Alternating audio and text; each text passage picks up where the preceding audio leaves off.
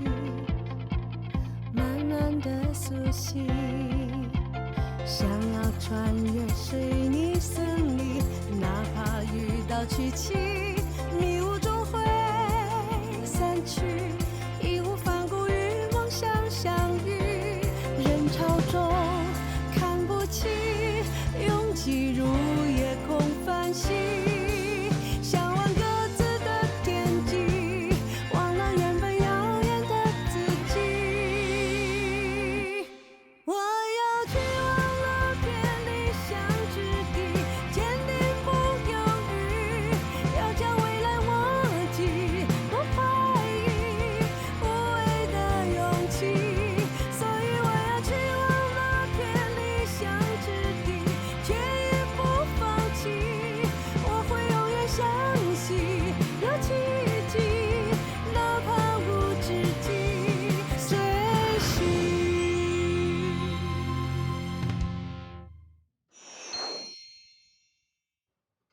哎，你说他一条信息，一个电话都没有，怎么可以这样呢？他不知道我在生气吗？以后你谈女朋友可不能这样啊，这样女孩子会伤心的，会不开心的，知道吗？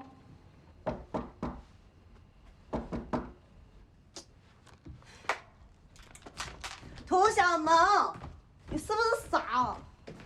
你又忘了带钥匙。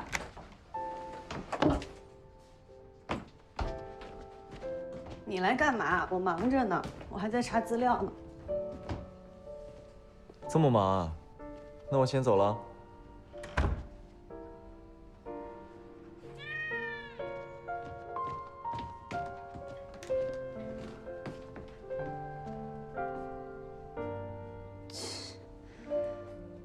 眼泪。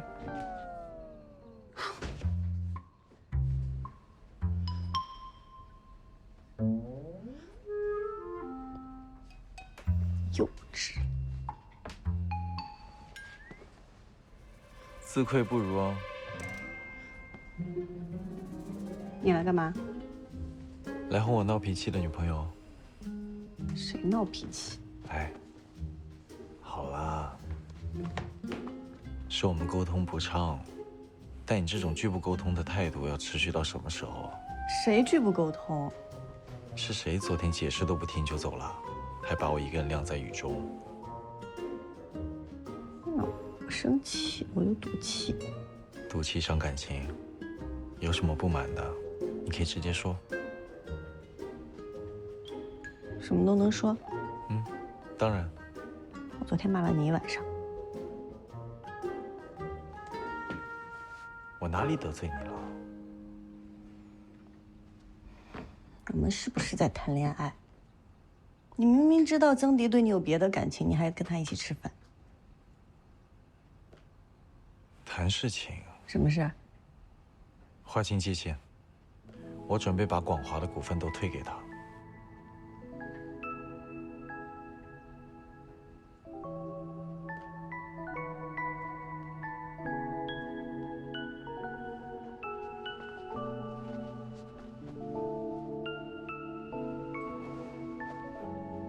其实我也不是故意要做的，我这几天都忍着没去找你，可是刚见到你，你就跟他在一起，我心里不舒服。那你这2天没联系我，我心里也不舒服呀。我一见到你，你不也跟邵医生在一块吗？我是想让你主动联系我。我在处理张凤美的事。那你抽空的时候，你也可以给我发发信息嘛。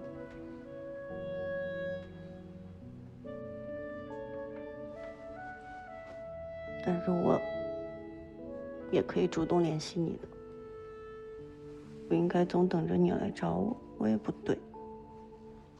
可是我们俩白天都在公司忙，晚上我也不知道你要忙到什么时候，要怎么找你，你又没有应酬。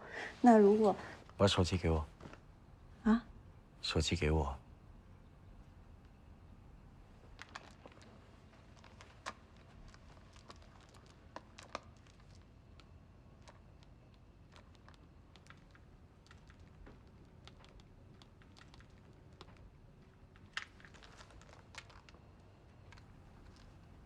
我可能做不到隔几个小时就联系你，但以后随时随地，你想知道我在哪儿，都能看到。这样以后就不用纠结了。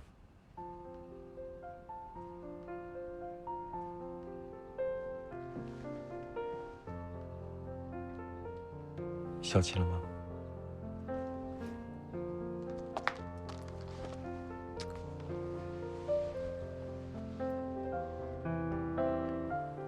涂小萌，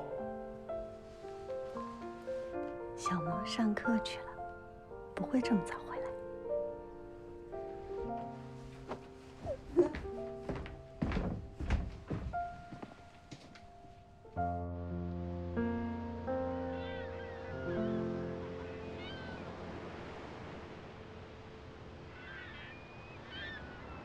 你带我来这儿干嘛？放空啊，看看海，发发呆，让你的大脑放松一下。有种说法是，人在发呆放空的时候，大脑思绪是最活跃的。你不知道吗？那有一种说法是，听海浪的声音，能让你的心静下来。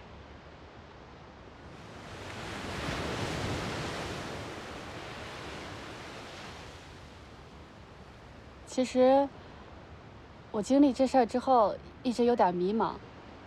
我有的同学做了音乐老师，有的做了歌手，只有我，什么都干，什么都干不好，感觉有点浪费青春。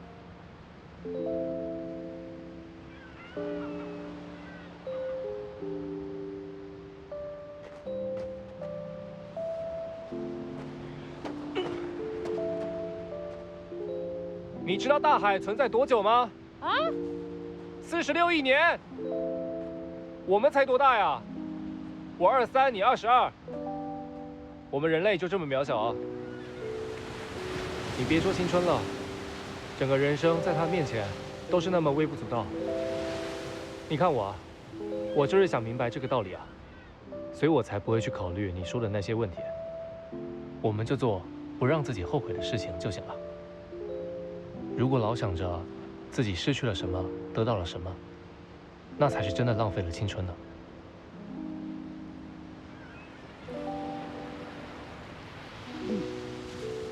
好吧，你说的有道理，我应该多看看大海。风浪再大，大海依然还是大海；噪音再大，我依然也可以去直播。哇，加油！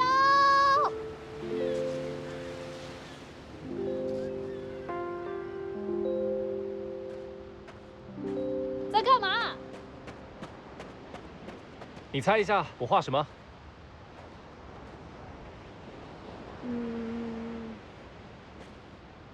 大葱、青椒，那个是土豆。你想吃地三鲜啊，陆林佳？什么地三鲜啊？算了，不画。我画的明明是爱心和柠檬果。陆林佳，你一会儿有事吗？干嘛？没什么事儿。我家有张珍藏 CD， 是我最喜欢的歌手大树出的，送给你，放你酒吧用。有兴趣吧？当然有兴趣啊！你第一次送我东西呢。那我们现在走。走。走。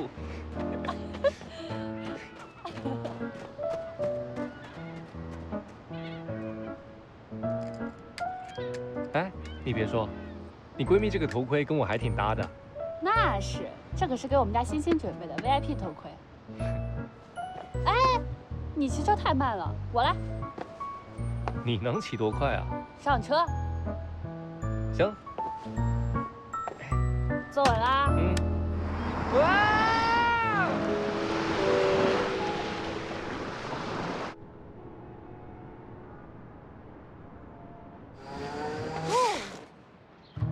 到了，走。这一路风是电掣的，我还看不出来你车技挺牛的。我可没超速啊，骑得慢还不如走路呢，多没劲啊！走啊！啊，和直播反差挺大。不了解我吧？以后还是得多看看我直播。哎，别忘了这活是我介绍的啊，至少有个车轱辘是我的。给你，给你。终于到了。有那么恐怖吗？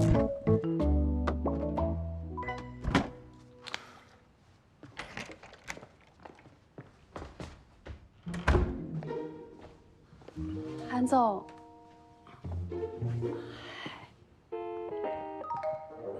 大侄子，你这是？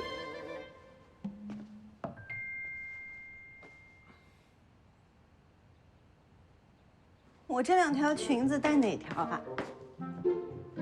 都带上吧。星星啊！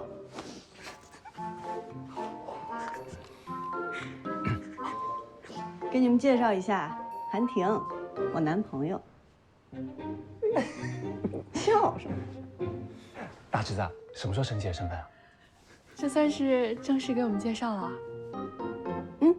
正式介绍。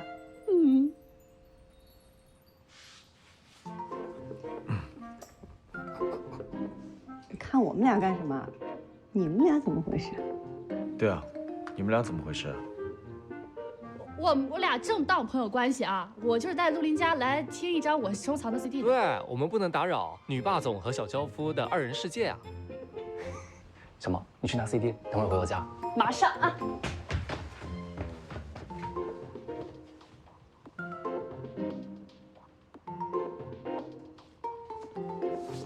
我妈在家呢。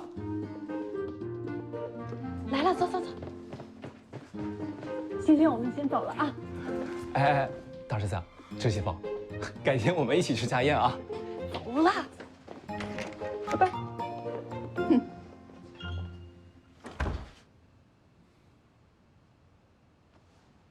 我去换衣服，街上大黄，一家团聚。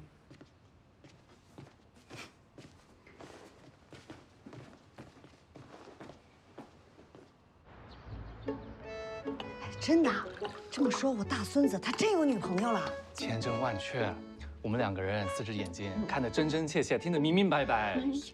太好了，太好了，我终于不用再担心小婷孤独终老了。那确实啊，铁树可以话也不过如此。那韩女士，我跟小萌上去听歌了啊。哎，听什么歌？听什么歌？你再给我讲讲，你们俩是怎么进去的？怎么看到小婷跟那个女孩的？小婷真的穿着那个女孩子的睡裤。妈，你都听了800遍了，再听下去跟八卦记者一样。你俩再好好想想啊，仔细的确认一下有没有落掉的细节。行，我再跟你说最后一次啊。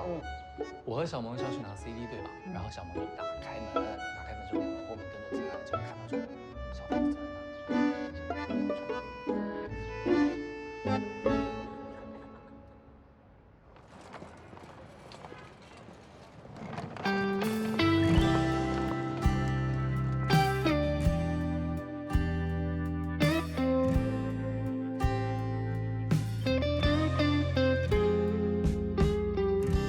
过了多久，偶然的相遇，记忆中的那张脸牵动心绪，再诉说也听完，我就在等这个人。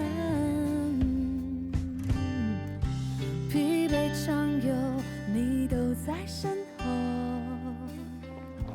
每个雨天，星星，帮我开一下门。来了，密码是多少951103。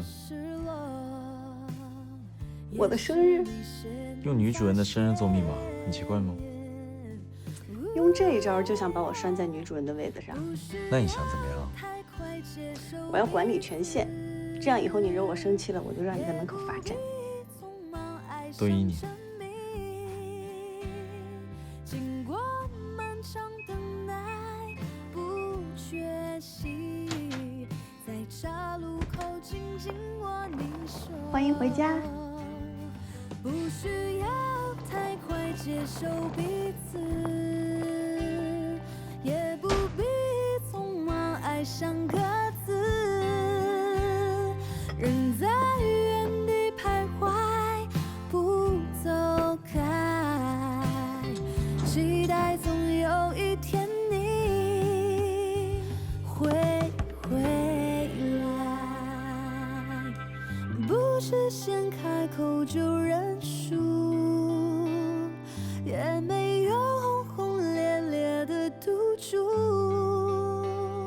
重来就算再难过，我依然义无反顾，不再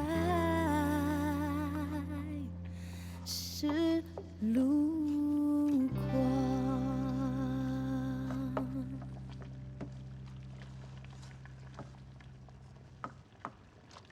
猫爬架都准备好了，是不是早有预谋把大黄接过来？是，但不只是想接大黄。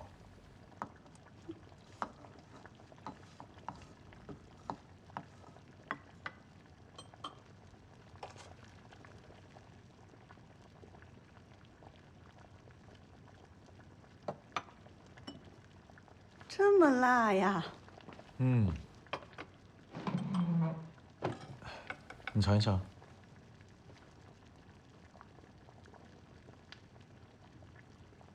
这还辣呀！啊，那这样的话，哎，你别放了，你别放辣椒了，你又不能吃辣。你喜欢的，我总要尝试习惯啊。没关系，我也可以不吃辣，尝试你喜欢的食物。你这别把味觉给辣出毛病了。辣是痛觉，不是味觉。而且习惯吃辣的人很难适应平淡的饮食。你知道为什么吃辣会给人带来痛感，但又很容易让人上瘾吗？为什么？因为微量的痛觉会激活主管情绪区域的脑区，从而让人产生愉快的感觉。痛苦还能带来快乐？痛感和快乐并不互斥。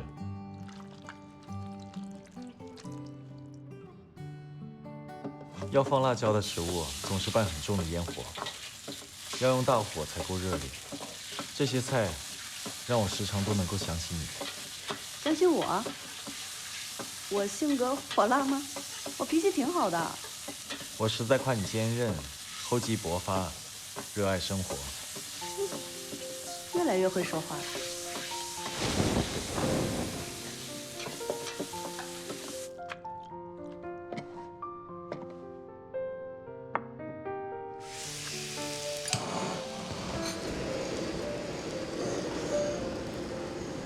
牛肉这样做有什么不同吗？牛肉的水分和营养在遇到高温的时候会瞬间被凝住，口感会更细腻。人家都说做菜能体现一个人的生活态度，我做事可没你这么精细。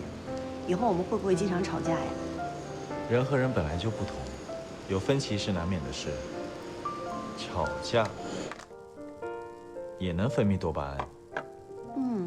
我一旦做了这样的预示，说不定以后处处都想着和你吵架。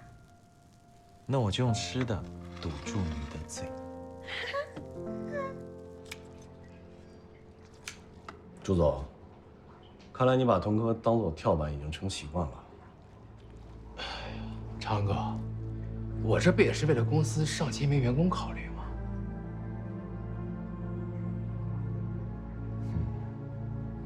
我就欣赏你一点，重情义。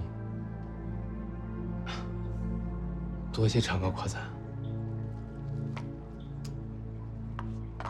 东一在收购价格上一再让步，看来东一对你朱氏药械势在必得。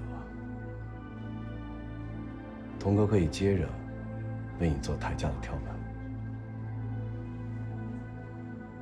您的意思是？接下来呢，你可以放心大胆的去跟东一抬价，就说现在的价格，童哥已经接受了。即便是最后我们没有合作成，我也让韩婷出一大把血。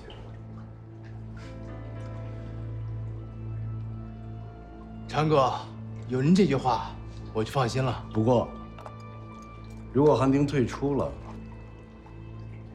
你的朱氏药械只能由我来接手，而且必须要比东一给你的第一轮报价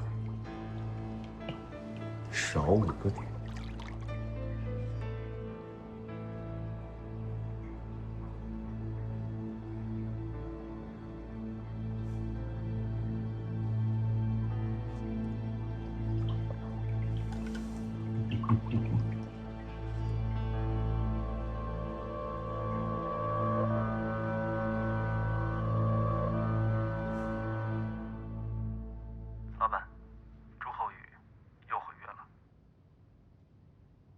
知道了。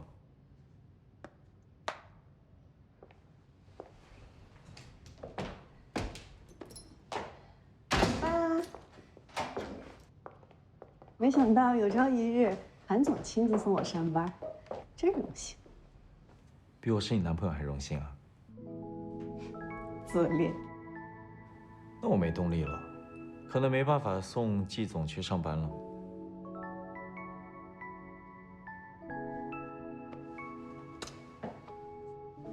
有动力了吗？身为老板，晚一些去公司，应该没关系啊。安婷，安婷。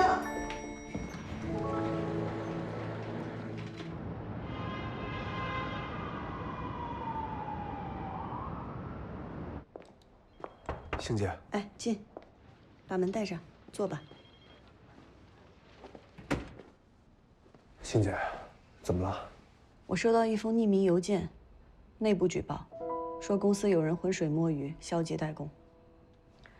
一会儿就要发年终奖了，估计有些人心里忍不住了吧？按照咱们现在的奖罚机制，确实，优秀的员工比普通员工的奖金至少要高出4、5倍。要不然这样，咱们把奖金平均一点。这怎么平均啊？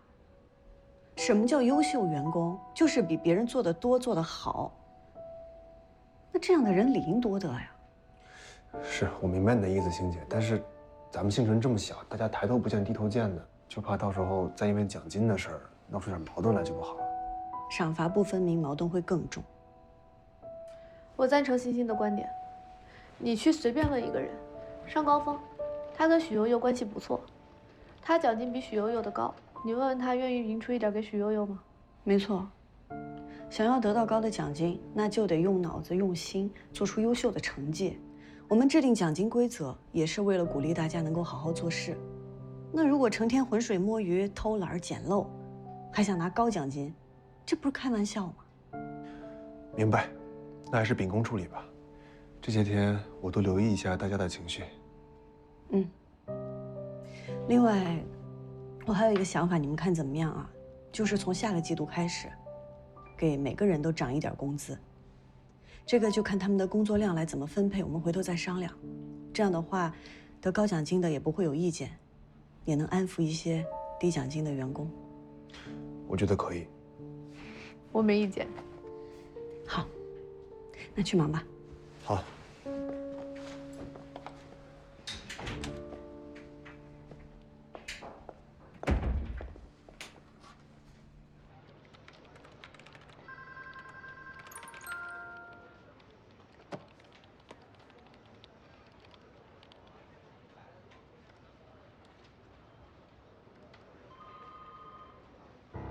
事情办得怎么样了？正在找机会，会尽快的。发年终奖了！哎，小哥，哎呀，你就别藏了，你这年终奖没少发吧？哎，一般一般。可你又谦虚，你作为公司元老，怎么不得这个数啊？差不多。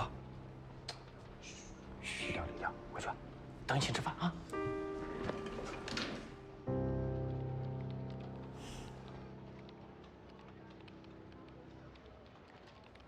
除了3D 医疗打印优势明显，但是其他的都……为什么我的年终奖只有3万多？不说我和你这么多年的同事交情，你们刚搬入东阳我就加入了，凭什么不如上高峰？薇薇，你先坐。坐。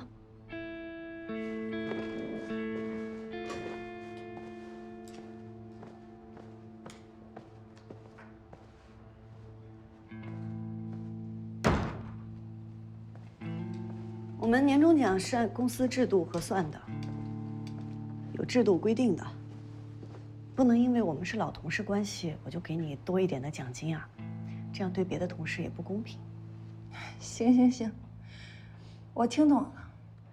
你说来说去，归根结底不就是不会给我想要的数吗？行吧，那这个年终奖的事就这么过了。那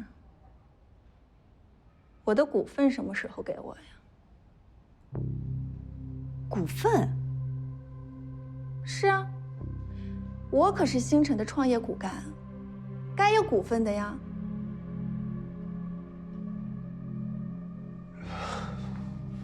是我们谁说过要给你股份的呀？哎，当初我面试的时候不是说共同创业吗？为什么我会没有股份啊？苏总，这话当初可是你保证的。如果我们一起工作的话，星辰也不会让你失望的。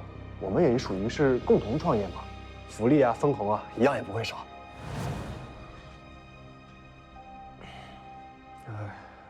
抱歉啊，薇薇，可能当时我的措辞有些问题。那个时候我们确实是创业阶段，但我的意思是基本福利。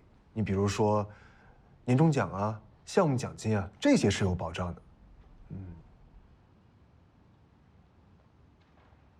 薇薇，我们签的是招聘合同，你是员工，不是股东，可能知州让你误会了。误会？股份用误会就能抹过去？我怎么着也算是技术入股，锥间融合器的制造工艺我是参与研发了的。薇薇，你看啊，咱们相处这么长时间，你对季总……哎，行了行了，苏总，我对星辰很有感情，也不想把事情闹僵。但这件事情，你们一定要给我个说法，不然我不会罢休的。这样吧，薇薇，我们考虑一下，之后再跟你细聊，行吗？行，我等你们消息。还有一件事儿，我不干了。离职申请我会在近期按照程序提交，在那之前，我希望股份的事能给我落实。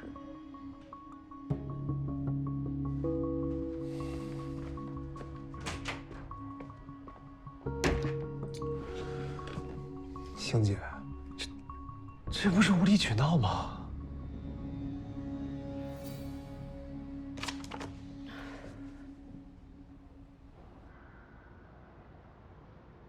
刘特助，我已经按照你说的做了。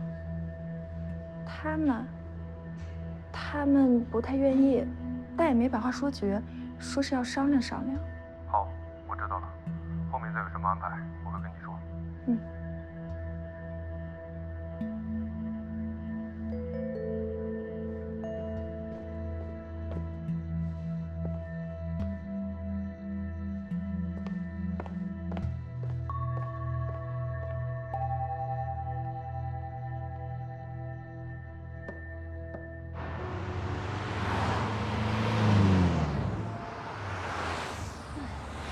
怎么会这样？我跟黄薇薇认识好几年了，我觉得他不是想讹我，他是真觉得自己该拿那股份，但他又的确不是股东。不讲觉得，事实证据是什么？他跟星辰签的是员工合同，没有任何股份权。那不就得了？帮我看一下。好。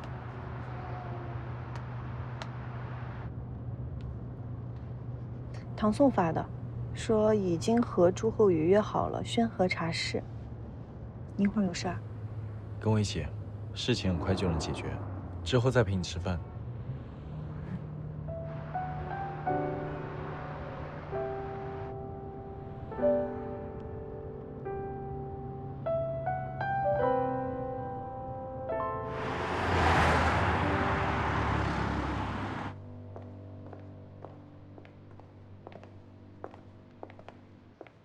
你在里面休息一下，吃点东西，我处理点事。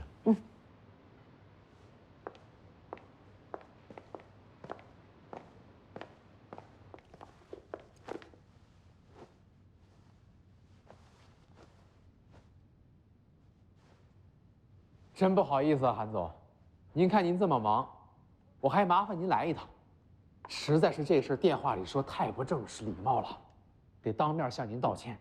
收购是大事，慎重些很正常。只是我听手下的人说，合同都拟好了，就差签字，朱总又不满意了。韩总，商人逐利嘛。株式药械发展到今天，是我10多年的心血，我总得挑个价高的吧。现在又有别家出的条件更高了，我确实心动。都在厂子里混，我能理解。谁会放着手头的利益不要？这也是为什么之前您屡屡谈妥，然后又反悔坐地起价，东一都没有计较。毕竟做生意不是一刀切的买卖，讲究余地，有来有往。东一从不会在乎这些小钱。来。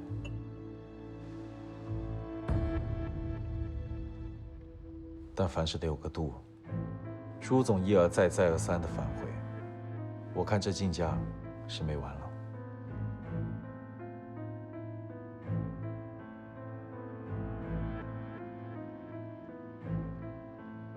拿东一当跳板，觉得东一好欺负。瞧您这话说的，东一家大业大，我哪敢跟您过不去？我就是个小人物，没什么理想。您讲风度，守原则讲义气，我不一样，我得走走看看。我要是讲义气这些虚头巴脑的东西，那得少赚一大笔钱啊。走走看看，拿我这儿当菜市场？韩总玩笑了。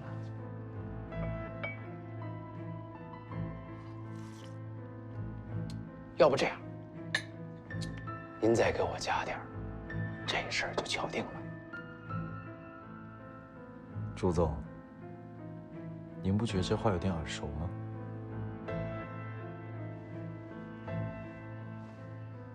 我和您不一样，我就这点家底儿，您好歹再给我加点儿。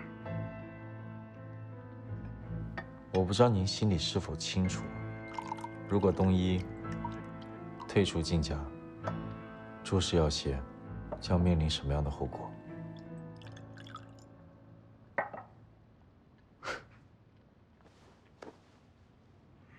您不至于2000万加不出吧？加得起，但不想加。韩总，您宁可便宜同科，也不愿意再商量商量。最后一次机会，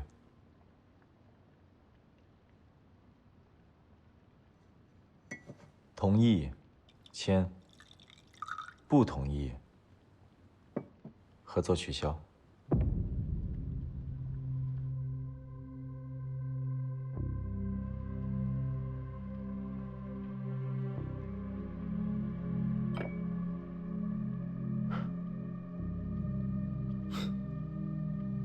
这茶我喝不惯。朱氏在2、3线城市份额占比不错，要是真卖给同科，你可别后悔。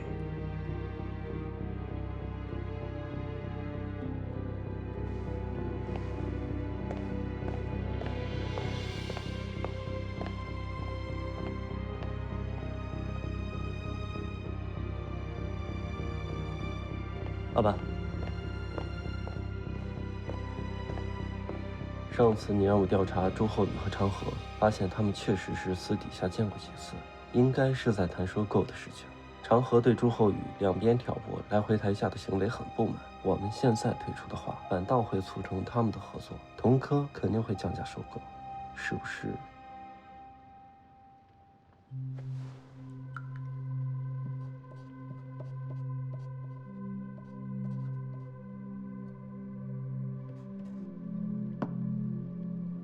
好，我现在去办。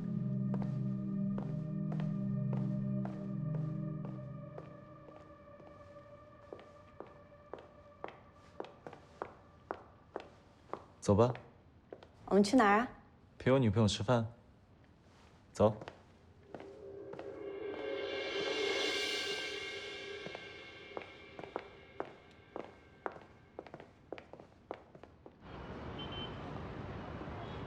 你今天为什么带我去见朱厚宇？不明白啊？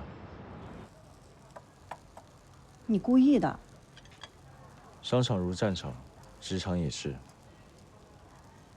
可是，我跟黄薇薇不一样，我们毕竟之前是同事，是有感情的。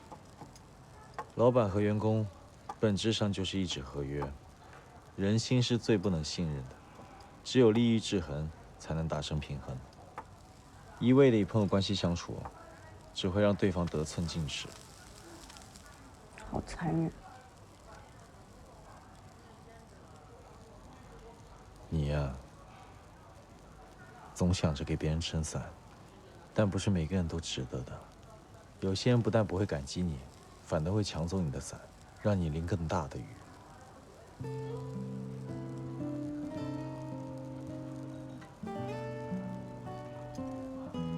这就是现实。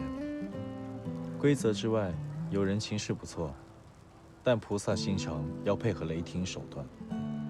不合时宜的仁慈，只会消磨掉好不容易通过制度建立起来的权威。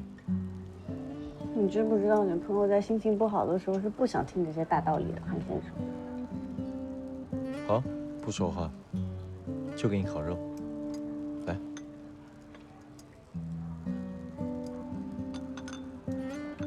我再帮你设想一下，他以后逢人提起你，就是一通臭骂，你心里会不会好受点？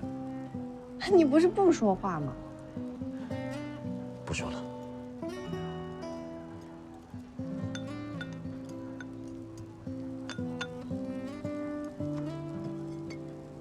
哎，你干嘛？看你心情不好，才让你喝一点，这都喝多少了？你又不喝酒，我就喝这么一小半瓶儿，没事的。那你少喝点。喝酒能忘掉一切，一切，不包括你。吃。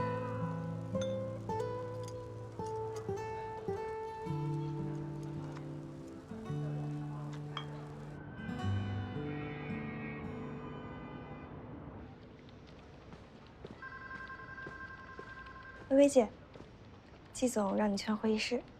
好。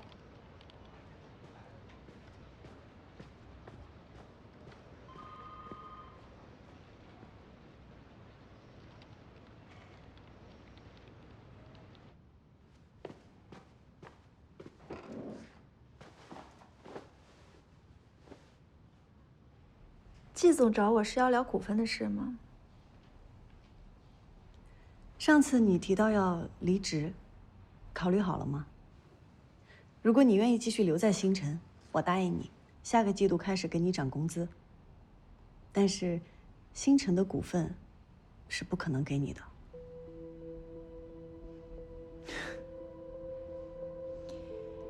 涨薪有什么了不起的？工资总共就1、2万，像星辰这种创业公司，没有股份谁跟你在这干啊？真以为我为梦想献身啊？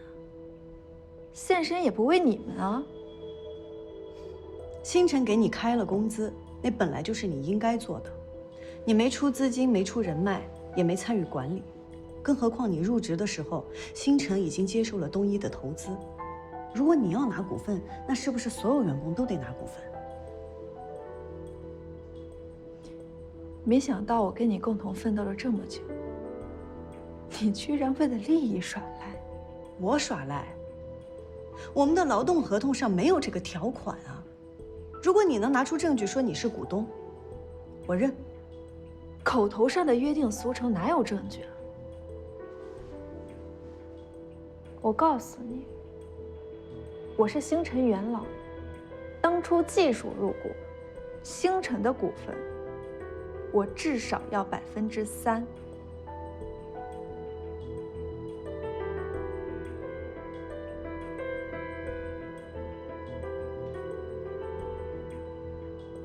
薇薇，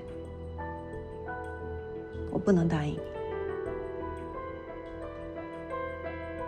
行，这是你说的。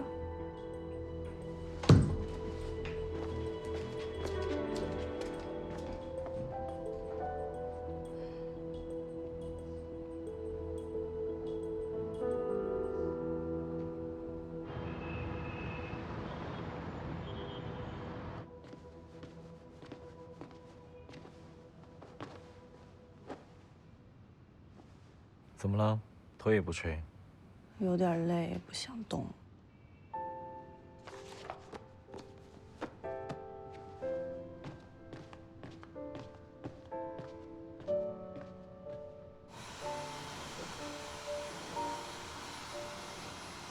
我知道你今天跟黄薇薇聊了，做得不错。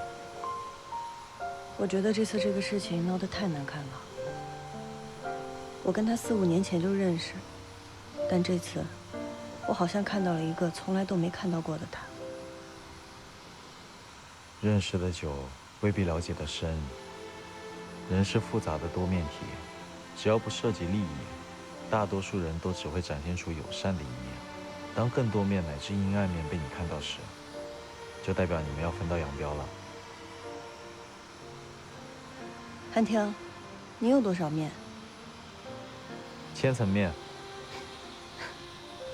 好啦，这就是你事业生涯中的一个小插曲，解决了就不要想了。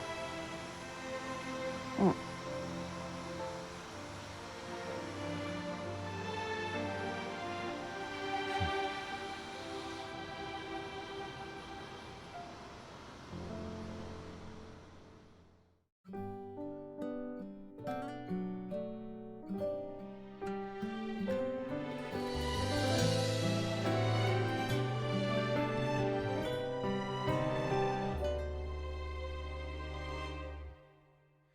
有一次你站在我的对面，讲述着我不熟悉的世界，那些看似遥远，却横在你我之间，互相试验谁先越过边界。如果可以再靠近你多些，是否能将回忆渐渐重叠？